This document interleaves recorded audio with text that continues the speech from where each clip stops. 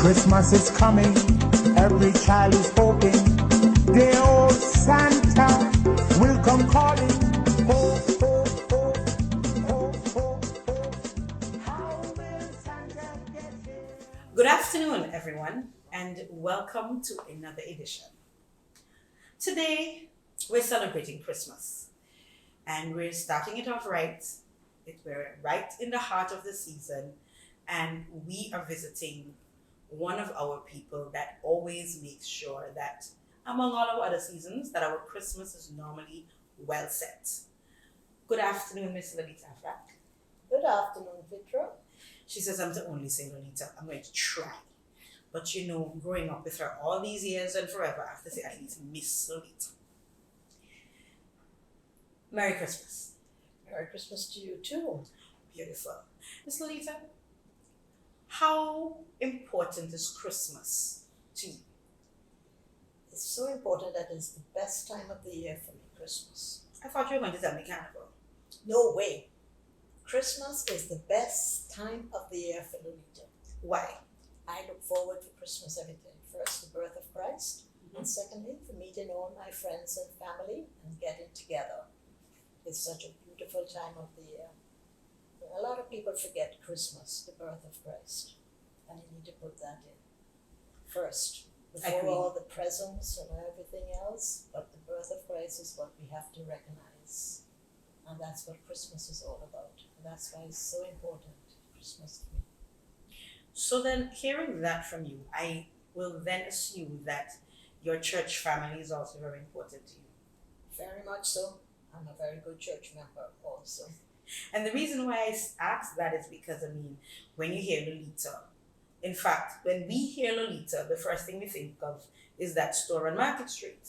But before we get to the store on Market Street, we need to know a little bit more about the real Lolita. The store is named after you, isn't it? That's correct. So how did that happen? Who named the store after you? My father. How long ago? That's since 1957. My father had a store for each one of his children. Oh, that's enterprising. And so each child was able to That's move right. into his or her Giselle space. was first. She was on High Street. Mm-hmm. Then Patrick was on High Street. And I was on Market Street. And Janet was on Market Street with Daddy. Okay, maybe I'm dating myself because each one of those stores sound very familiar to me. I'm dating myself. Okay, I'm not really as old as that. What happened is, the parents told me about them. It's a good excuse. So, you grew up in Antigua. And the reason why I'm going back to you growing up in Antigua is because many of our viewers would not know that your neighbor Stringberry here. Right in the West Yard there. Right where you see Culture is. That's where my neighbor String is buried. That's Culture on Neva Street. That's correct. Right in the corner. So that would be Where Flo is. Right. That's where where Flo our is. home That's your was. original home is. That's correct. Okay, nice. All right. So you were born there, and you were telling me off camera that you went to convent school. That's correct. Where was convent school? Right where the old treasury was. That's the old That's convent school. that's That's High, where we went to. the corner of High and Cross Streets. That's correct. right, opposite what we know as the The cinema. Correct. And that was built in 1932. Because I was just gonna say, that's a old. Yes, it is. Okay.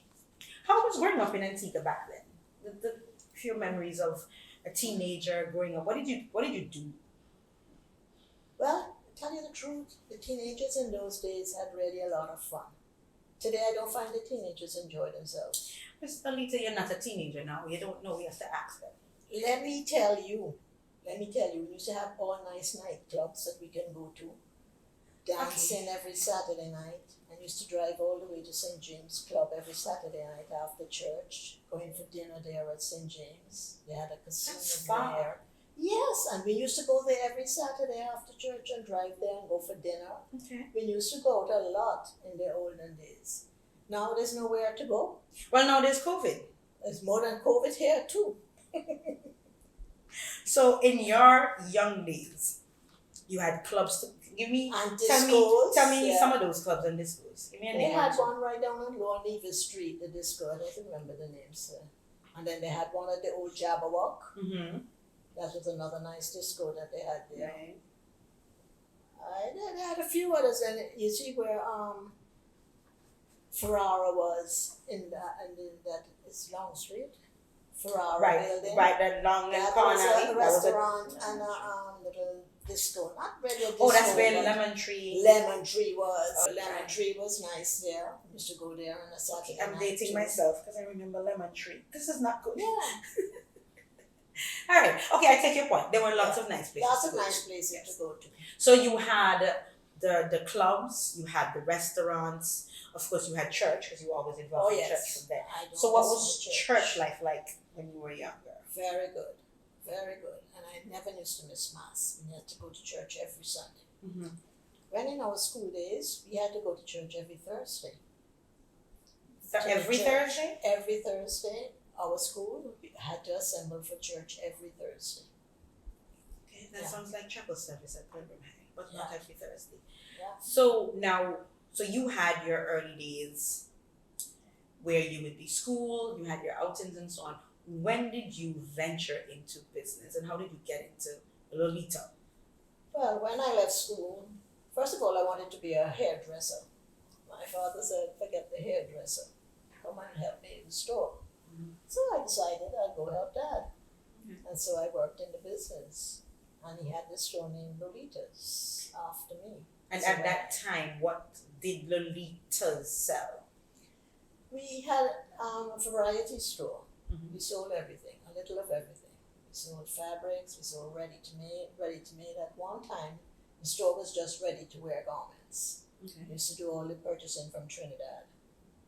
I remember So I could come in and get my dandan. Glamour Girl, everything, your lingerie and everything, your panties, everything was from Glamour Girl. Or from Glamour Girl, that was the Trinidad. brand. Yeah, no, Glamour Girl was the name of the company. Oh, wait, It was Trinidad. Hattie, yeah. Oh, okay. Yeah. Mhm. Matute, it was Matute, yeah.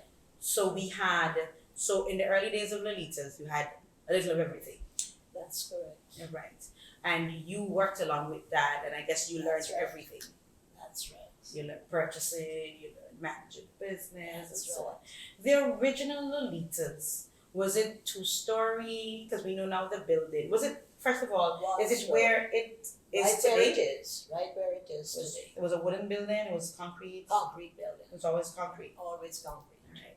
And so It was after, one story, and then my husband and myself built the second story okay. after.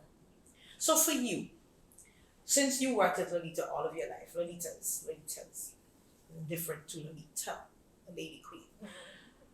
What was it like then, watching the business grow and develop?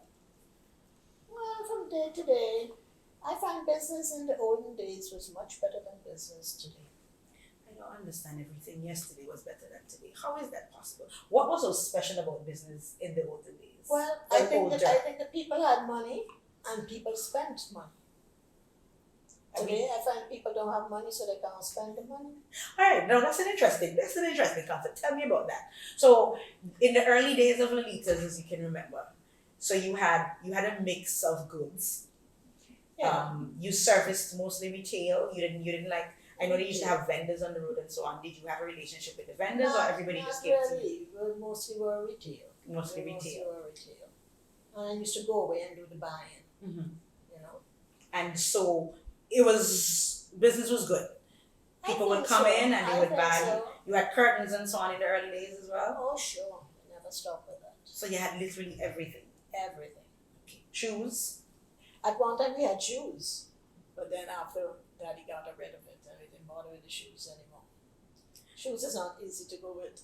But I see a lot of stores now with the shoes. So I'm curious. You had Giselle's, you had Janet's, you had Patrick's, in addition to Lolita's. What were the others? What were the other stores carrying?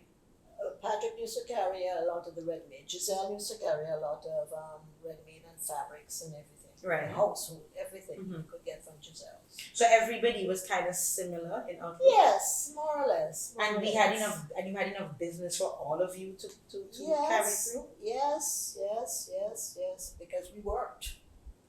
We didn't depend on anybody else. We would work. So when you say you worked, what does that mean? Did Literally you marketing? Did you have to? Did you compete sold with in one the store, another? I measure the cloth, I do everything. Oh, you did everything. Everything. Up to this day, I still work. You still go in. We'll come to this day, but I'm curious. That's right. So you and your sisters and your brother, you all had, through your dad, each of you had a store that had Yes, similar that's offerings. right. You all used to compete with one another, like when you get home, check and see how Sometimes, business is going. who sells most and so forth. You had know. sales at the same time Yeah. and so on. Yeah, more or less. What were your best seasons? Because I know, I'm assuming back then, well, by the time you were settled into business, we would have had Carnival, then we had We Christmas. didn't have so much of carnival in those days, but we did have carnival. But Christmas was our best days. Christmas was the Best. season. The season, definitely. What about Easter? Back to school? We had that too, but I mean, if you're talking about the best season of the year, it's Christmas. That's when everybody look to shop, and that's when everybody buys. You know, Okay. everybody Christmas they want to change their curtains, they want to change their comforters. You know, this is the time that everybody in Antigua recognize Christmas. So has that continued over the years? I think so. Carnival has brought in a little bit of it now, you know, mostly with the young people. Okay. The younger ones, you know, they would say they love Carnival more than Christmas because they're young. I can't blame them, you know. So speaking I love Carnival in my days. I was just going to I was just love about to ask Carnival. you. I never missed a Carnival or a Juve morning. What are you doing Tuesday morning? Are you crazy? I mean, I crazy. What I'm are you on doing the Tuesday road. morning? I'm on the road Juve morning with all my friends. Are you kidding me? What you doing on the road Tuesday morning? Watching on the side? Watching on what side? Jumping in the band. What band? Any band. Any band? Steel band, iron band, Any brass band. band, Any anything? band. We done gone. Okay. Done gone. So what was Carnival like then? Carnival was great. Carnival was great in those days. My father was one of those first ones on Carnival, you know. If I should maybe to show you a picture with him on a truck. You have the photo? I don't have it here. We're going to find it. We have to come back and look for that After the photo. hurricane one time, a lot of my photos got damaged in the room that I had down there. I lost even a lot of my wedding pictures in that hurricane. Mm. Anyway, but Carnival was good. Everybody enjoyed Carnival, and we used to go from home to home, you know. For Carnival, drink and For so Carnival? I thought we did that for of course. Christmas. No, Carnival too. We go by one another's home and have a drink and so forth. And used to have a New Year's Day. No, not New Year's Day. Carnival Day, the Tuesday. Carnival after, Tuesday. After everybody Mhm. finished, they come home and I done prepared dinner for them. Everybody come home and they get a bite to eat. Your daughter never brought me. I'm just saying. She used to come too. Doesn't mean she I never know bring one me. time she gave me heartaches when they had the problem with the carnival. So now that brings me to an interesting point because your children, Annette, Alan, and Paul, are all involved in so much of our culture and the commercial life. And you two, because you are still Lolita of Lolitas, how are you able to keep going and manage the challenges of the children being involved in culture, so and your store being a supplier of many things that we use for culture and Christmas and so on? Have you ever had to put down your foot and them and tell them you're not doing anything? You know? No, I always never refused them anything. Never If refused they them didn't anything? have money, they would still come. And they know they're going to get it out of this, and not giving Holly anything. They know they're going to get it still. Up to now, just now, they want something. I will They get it. have to confess that one or two opening and troops and groups that I would have been one of those who would have gone to her to get things that I don't think she would remember. So I hope she don't look for those bills that come look for me. So how, in terms of the business, Lolita's and its transitioning, because you said one time you had shoes, you had clothes and so on. What is Lolita's today? Mainly fabrics, household, where we have opened up our new store called Lolita's Dream Home, because Lolita's could not hold everything anymore. Yes. We could not display the way that we would like to. So we opened our Lolita's Dream Home where we had all the furnishings and everything there, and now we have gone into flowers.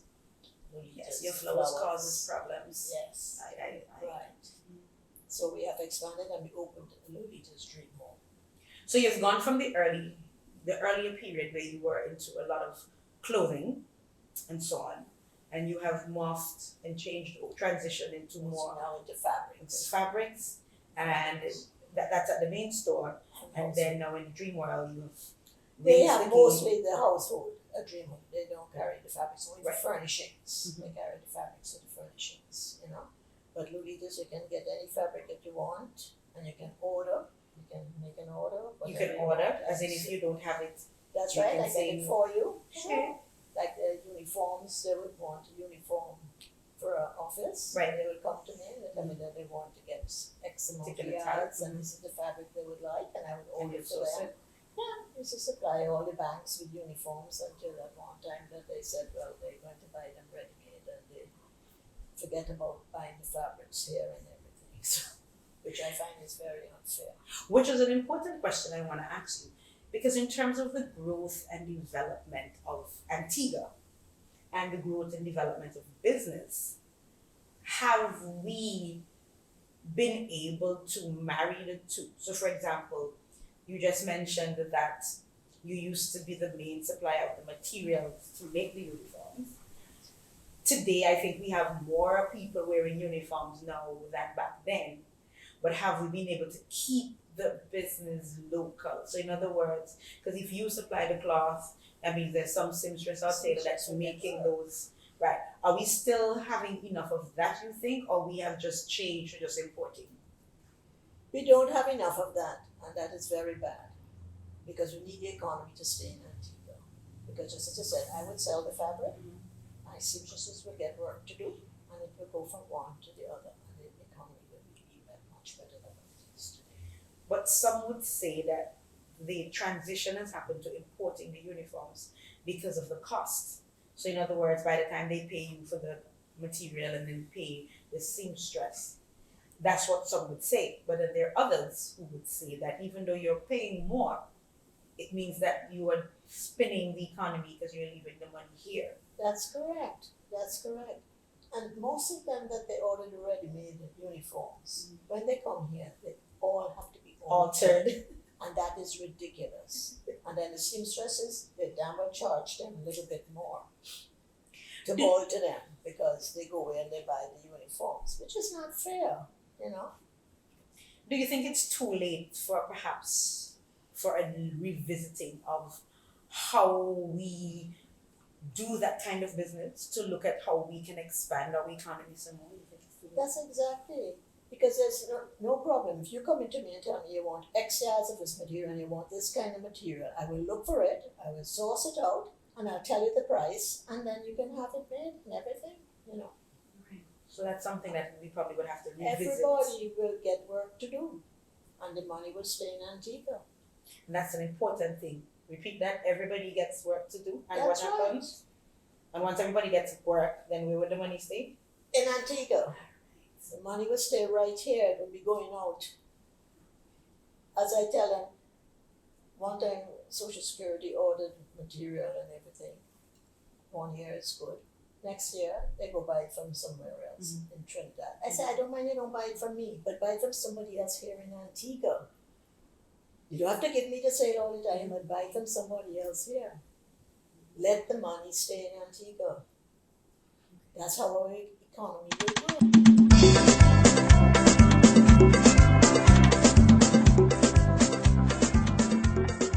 Miss Lolita, we were talking about the economy and how, even from Lolita's perspective, how it feeds into us all doing better. What are your impressions of Antigua over your lifespan as a businesswoman? Have we gotten better? Are we improving? Are we growing? Definitely we are improving. Definitely so. So what are some of the things that we have today, even infrastructure-wise or in the city-wise, that we didn't have in your earlier years of the business? Well, if you only look around, the amount of buildings that we have today, it's amazing. So we've gotten better in terms of the quality of our buildings. Even for me, I have built, the building right beside Abe Ecab now. Yes, the rooftop.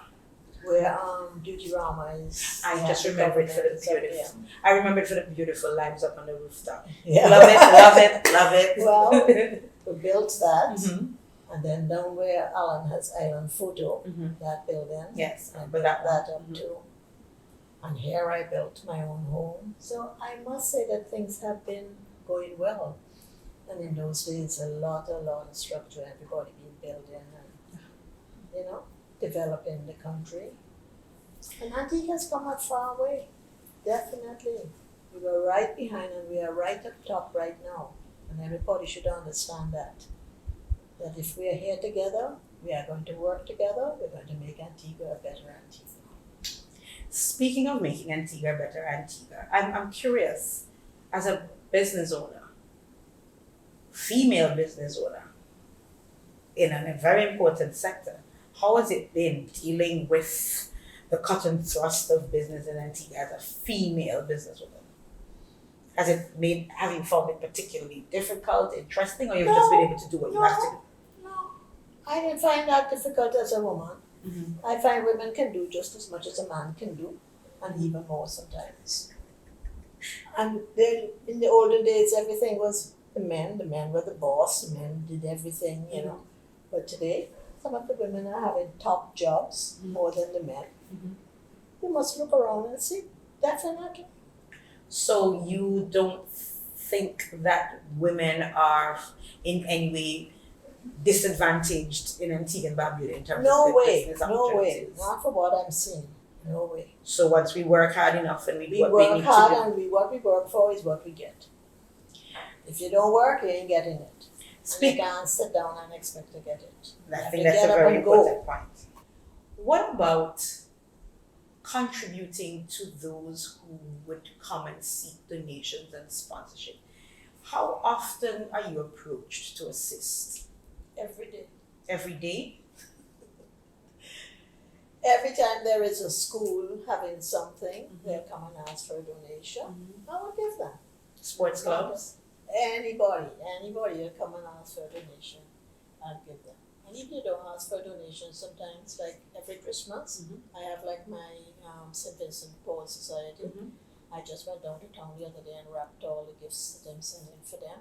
And I just send it up to Father and tell him come collect the gifts for St. Vincent de Paul, Give all the people who I have to give gifts for at Christmas. I went down and did all of that.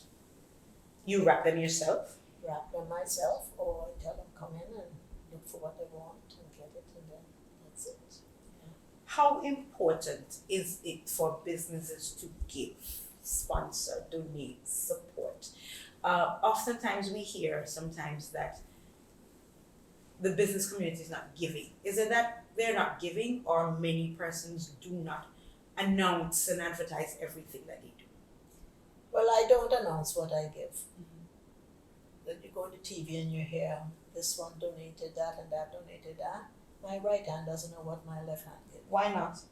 Well, I just don't feel that I like to say what I gave you. Why should I? Okay. You give from your heart. You're not giving from what you want to say, But many would say it's important as a Well, corporate I don't sponsor. like all the compliments and all of that. I don't like that. I don't like all that. You just want to give and give back. I give. Whatever I feel I can give, I give. That's it, But I don't really need all that thanking and all of that. I'm not that person that need all of that. And I asked that. Advertisement and all of that. I asked that question because as I was getting some background information to do this, I was speaking to a few schools, and you're actually listed at quite a number of schools as a regular donor, but we don't hear about it in the general Because space. I don't really need all the advertisement. But they come and they ask me, and I give them donation. Every one of the schools going to come, and I'm going to give them. You've sponsored any sports clubs or anything like that? I never did. You sure?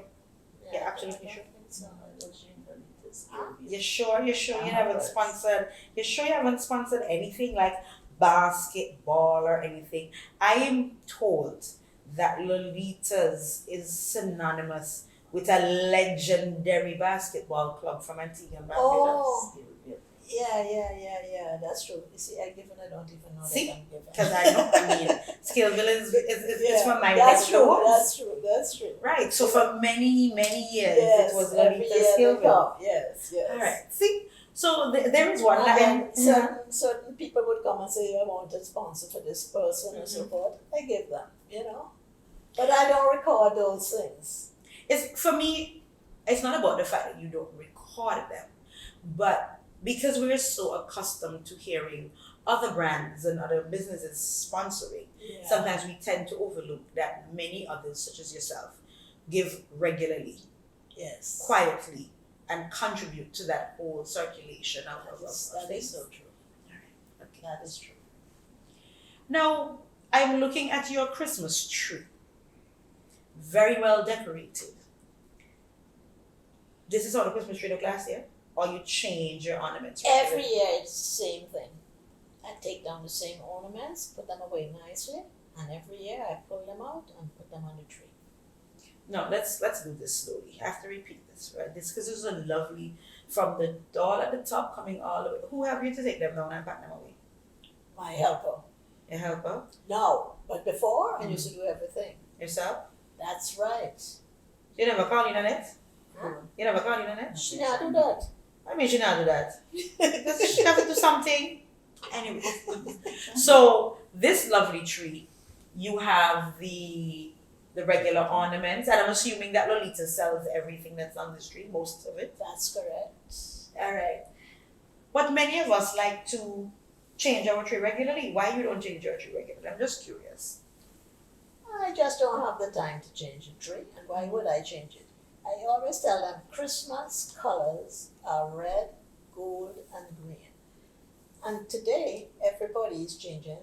They want a blue tree, they want a pink tree, they want a fuchsia. But that's good for they want a business. green. That's okay, it's good for business, but they say the suppliers don't carry all those colors that everybody wants. That is the problem. So you carry the spray and you spread it the green. No. They want the ornaments in green, or they want the ornaments in blue and red and all those different colors, But I'm we sure try, you because try to get every them to year- satisfy. Yeah, every year we have a different color scheme that comes out, Oh. and people like that because they want to have the different colors, So while you keep the But that's the tree, change of Christmas now, Before time, everybody was just the red, the gold, the green, and that's it, so I'm curious, while you keep this tree very traditional and very much your tastes, what do you do in the store? What do I do? What do you do in the store? In the decorations? You decorate the soup, the seeds, the times? Yes, I do. Because you have to go with the times. If they want the colors, I have to bring in the colors. I have to do it, as much as I can. So you will find different colors and so forth, But I'm traditional. I love the red, the green, and the gold. I don't like the silver. I don't like all the different colors. And I don't like a white tree either, which everybody likes today, a white tree and put all the nice decorations. And it's pretty, I'm not saying no, but it's just not my taste. Maybe we're too conservative. That's correct. To Antigua today, because I remember earlier you were saying about the young people, they don't have as much fun as you had in your day and so on. So what do you think about the activities that we have now? You paying attention? You must have grandchildren and so on that are into things. What do they tell you about Antigua today? Well, all I can know is about the laptop and the computers and everything, and the telephones. Even if they're eating, they want to have the laptop beside them and the computers and everything. I tell them this is unheard of. Well, You want to eat, but forget the laptops and all the phones and everything. Put those away until after dinner. So you banish those from your dining table? Yes. Tell them if you're eating, you're eating. So that means they don't come over often then? They don't come over. They never will come over. But they have to be disciplined. Fair enough. And what do they Maybe tell I'm too you? old for them, I know that. but I still feel it's not the right thing. And children today is fine. technology is really great today for the children, because every time they're born with senses that we never had before. But it's too much. It's too much. They don't even know how to go play marbles. They don't even know what you call marbles. You know or hopscotch. You know What do you how to mean? play They play my hopscotch. marbles and my hopscotch and everything. They don't know that. Can I test you today? I want to test you. You on can't, hopscotch. you can't sort of tell them about the hopscotch or marbles or anything like that and skipping rope and all of that. The children don't go out and play like before. And that's bad for the children. They need to go out and play. Get the fresh air and the sunshine. That's what Antigua is all about. See sun and get the sunshine. If you had a choice, curious, would you have lived anywhere else? No way. I love Antigua and I would die in Antigua. I traveled the world over, but there's no place like home. And let me tell you, Antigua is a beautiful island. And people need to understand that. And just keep it beautiful as it is. Do you think the legacy of Lolita's, the store your father named after you, that you managed and built, now that you have at least one family member in with you, your son, Paul? Paul, yes. Let me ask you a secret. You don't want to tell anybody? Annette know anything what Blotton's? If Annette know? Yeah. Of course she I knows. just check you. She can design and so. Of course. You sure? I just ask her advice sometimes. That is when the things in them just not quite come like they're supposed to, right? She can cut and so and so. Yes. Okay, just checking. Yeah, Just checking. she's good at that. I know she's the administrator excellence, so that's why I have to ask that. That's She's full of- good. She's good. Don't worry. They all are good and they all are very helpful to me. Very helpful to you. All of them. So you are comfortable and confident that long-term Lolita's is here to stay. Definitely. And I tell them when I die, they must continue it. We're not talking about that right now. It's left. That is not a conversation we're going to entertain now. We're going to talk about the legacy, but we don't have to put in the when you leave. When that comes, we will deal with it. Well, I don't hope to go anywhere. No. So what do you want your legacy to be? When we speak of Lolita Aflak, not the store, when we speak of Mrs. Lolita Aflak, 20 years from today, what do you want to be remembered for? For serving all my customers, seeing all my customers, because this pandemic has kept me home here, working at home. But I just got fed up and I said, you know something, I have to go down to the store. And every time I go in the store, every day now, I see all my friends and customers and said, Mrs. Aflak, where have you been so long? I said, well, have me home for pandemic, but I am getting out of it. I was just fed up. I just love to see my customers. I love to go into the store. I love to work. I was born working. Have you seen your customers like generations? So you would have seen the mommy, like someone your age, and then they bring in their children and then the grandchildren. You have seen generations of customers. Definitely, yeah. Must be Definitely.